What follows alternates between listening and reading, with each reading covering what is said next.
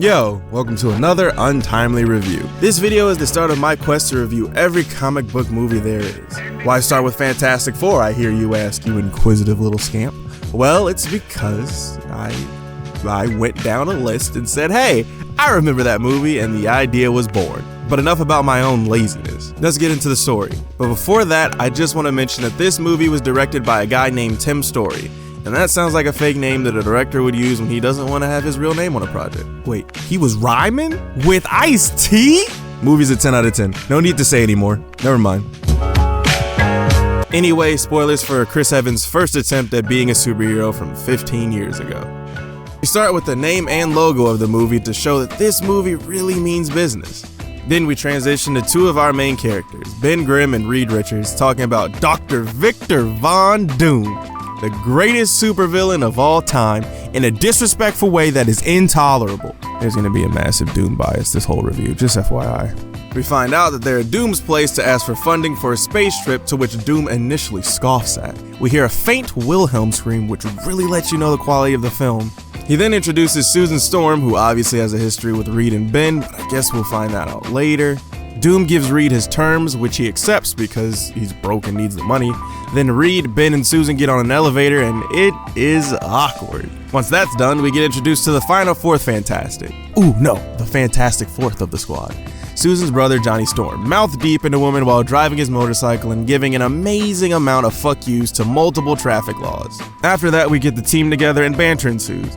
Most of it is irrelevant or boring, like explaining the suit's material, but they sure made sure to have Susan showing off them things to have Reed feel some type of way right before going on a space mission. We then transition to the space station where everyone is going over the plan. The movie really wants to hammer home that Doom is a dick in the way he talks, walks, looks at people, and even how he carries his body, but I personally don't see the problem.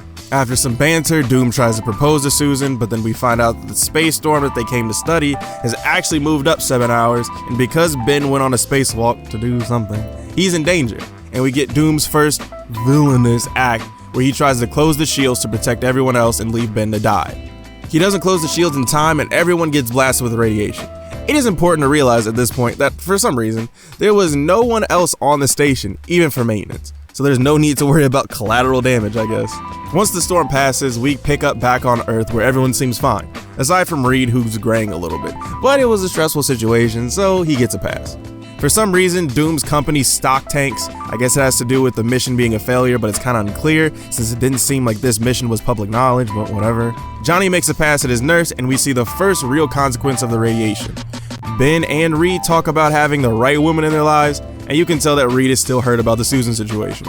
Then we get a Thrasher magazine ad where we see Johnny first tap into his newly found powers. Then we get a scene where Doom gets some of Magneto's powers for some reason, some more awkward interaction with Reed and Susan, and we see Susan's invisibility powers and Reed's stretchy powers manifest. Ben's The Thing transformation is the longest of the fours, probably because they wanted to go with a monster type reveal.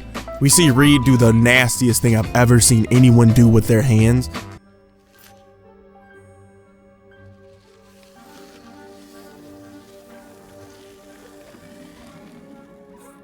But before they get in the room, Ben runs away. Why would a giant rock man run away from the only people who can help him? Who knows? But we pick up with Ben at a payphone. I didn't even know those were still a thing in 05, but whatever. He calls up his wife to meet him in the bushes, and instead of putting on clothes to come outside, she goes to the park across the street in a nightgown and freaks out when Ben comes out looking rocky. Some stuff happens, it's the next day, Ben's sad, and then he fucking destroys this truck trying to save this guy, which destroys like 15 other cars, and it just so happens to be on the exact same bridge that Reed, Susan, and Johnny are on. The cops think that Ben is a threat, which is fine since he does look like a rock monster. But once something happens, of course they shoot first, even though they never actually see him doing anything but helping a guy out of his truck. There's some heroic moments for everybody, and again the cops point guns at Ben even though everyone saw that he saved people, and it takes multiple people to shout, "He's a hero," and "Don't shoot," for them to finally put their guns down. Then Ben's wife has the audacity to somehow find Ben. This movie is set in New York, by the way. It isn't mentioned, but it's obviously New York. So her finding him, even with all this commotion, is wild. But she takes off her ring and puts it on the ground and just walks away. Ben deserves better. Michael Chiklis deserves better. Anyway, Once that situation is over, the team get called the Fantastic Four on the news, and Doom loses his company. Somehow, in the span of probably like an hour or two max, people are at the Baxter building where Reed lives, with signs filled with puns and jokes, and Johnny is the only one loving it. Once everyone's in the building, we get a great Stan Lee cameo as a postman who only gives Reed bills, and everyone plans to stay in the Baxter building until they can figure out all of their powers. Doom pops up on Susan, and you can really see that she's kind of done with him at this point. And when he leaves, we see another power of his, super strength. Once he leaves, we get a sort of montage of Reed and Susan working on trying to figure out everyone's powers. We get some more tension between Sue and Reed, and we see Doom learn that his skin and organs are changing into a metal alloy, and he kills his first random guy. Then we get another little montage of Reed, Sue, Johnny, and Ben living together while Reed is building a machine that he thinks will cure them. We cut to Doom again, who fucking energy blasts this guy's chest out, and we cut back to the double F. Hey yo, you gotta stop trying to be inventive with the names. It's just the Fantastic Four. And we cut back to the Fantastic Four with the help of some other scientists completing the machine.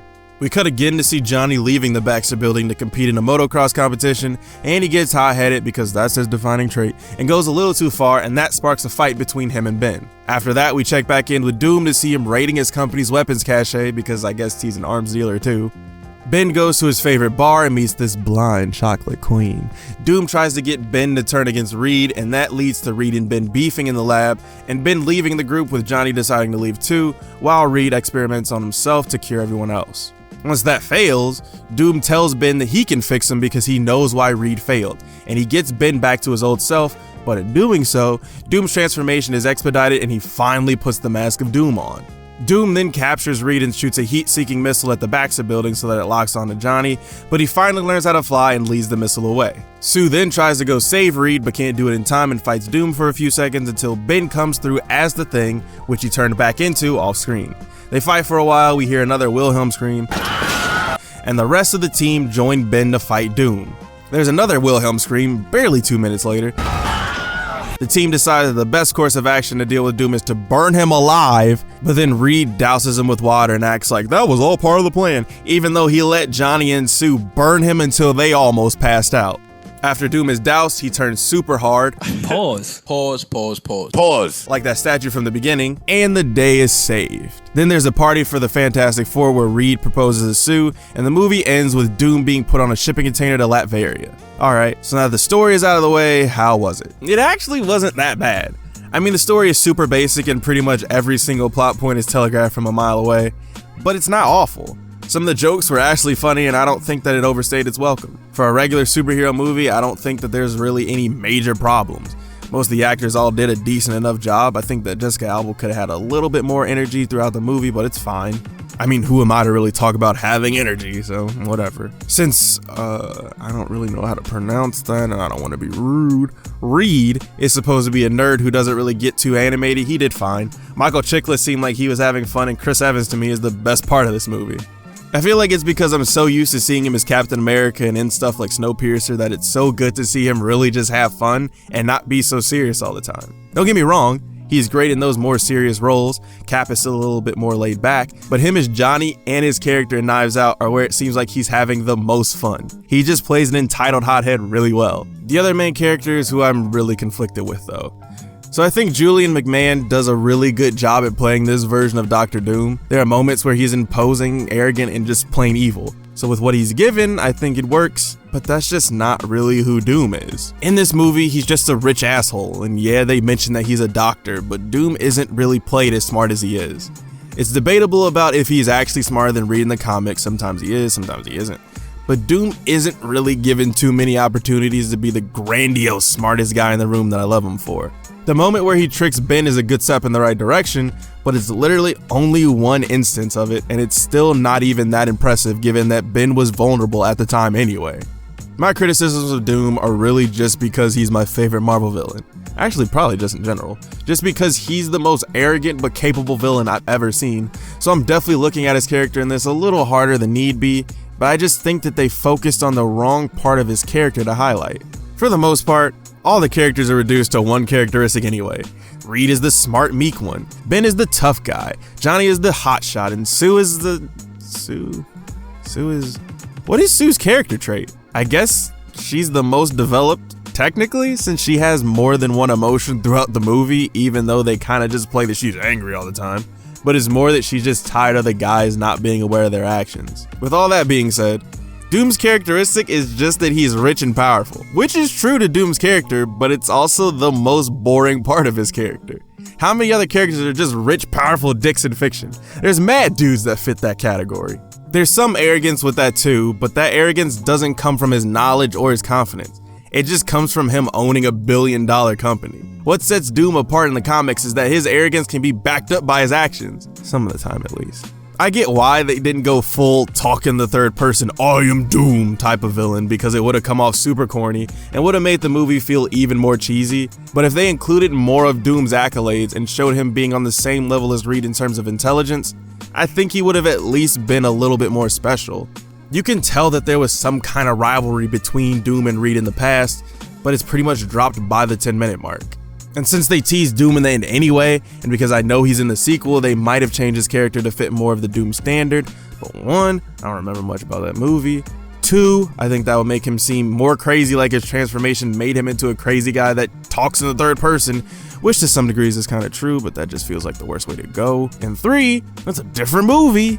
Since all my criticisms are just Doom related anyway, I'll end them with I think that they gave him the weirdest power set possible. So far as I know, the disease that Doom gets in this movie is brand new to his character and never talked about before in any other media, which is fine, but just a strange introduction. Doom has energy manipulation, sure, but I don't think that just giving him Palpatine lightning hands was the best way to go, especially since Doom has mad other powers that are more interesting, like being a technopath, which means that he can just control technology. This could have been a cool dynamic if he was smart, because we could have seen scenes of him tinkering with things before, then when he gets blasted with the radiation and goes back home, he'll notice that the technology starts speaking to him or something. Or instead of the scene with the sparky forks, he could reach for something and it comes to him Force style. Everyone else's powers are clearly defined. Even Sue's barrier powers kind of make sense, or at least they try to explain it. For Doom, they just say, hey, your skin's turning into metal and you spark stuff sometimes. By this point, it's super apparent that I'm just a Doom stan and went too deep into this, but that's because it's really the only criticism I have. Like I said before, it's an easy watch of a movie.